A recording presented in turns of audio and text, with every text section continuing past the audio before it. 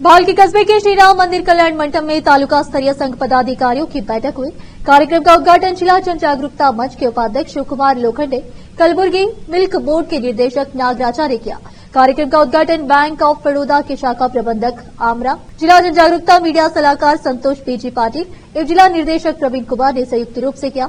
शिव कुमार लोखंडे संगठन ने सम्मेलन को संबोधित किया। उन्होंने कहा कि यह सरकारी कार्यक्रमों से भी अधिक सेवा कार्य कर गरीबों एवं जरूरतमंदों के लिए आश्रय स्थल का काम कर रही है।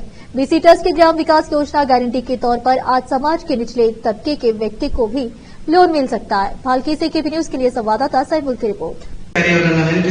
सुब्रमण्य और बड़ा आ विषयದಲ್ಲಿ ಪ್ರಯತ್ನ ಮಾಡಲಿಕ್ಕೆ ಪ್ರಯತ್ನ ಪಟ್ಟರು. ಒಂದಿಷ್ಟು ಒಕ್ಕೂಟವನ್ನ ಪುನರಚನೆ ಮಾಡಬೇಕು ಅನ್ನುವಂತ ಹಂತದಲ್ಲಿ ಪ್ರಯತ್ನ ಪಟ್ಟರು. ಅದಾಗಿಲ್ಲ. ಆದರೆ ಎಲ್ಲೋ ಒಂದು ಕಡೆ ಒಂದಿಷ್ಟು ನಾವು ಈ ವ್ಯವಸ್ಥೆ ನಮ್ಮ ಸ್ವಸಹಾಯ ಸಂಘ ಕಲ್ಪನೆಯನ್ನ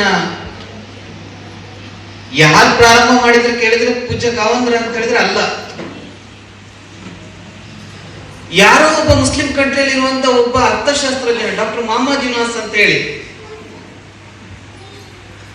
ನೋಡಿ ಅಲ್ಲಿ ಹೇಗಿತ್ತು ಪರಿಸ್ಥಿತಿ ಅಂತ ಹೇಳಿದ್ರೆ, ಒಂದಿಷ್ಟು ಮುಸ್ಲಿಂ ಮಹಿಳೆಯರು ಉಪ್ಪಿನಕಾಯಿ ಮಾಡಿ ಮಾರಾಟ ಮಾಡ್ತಾ ಇದ್ರು.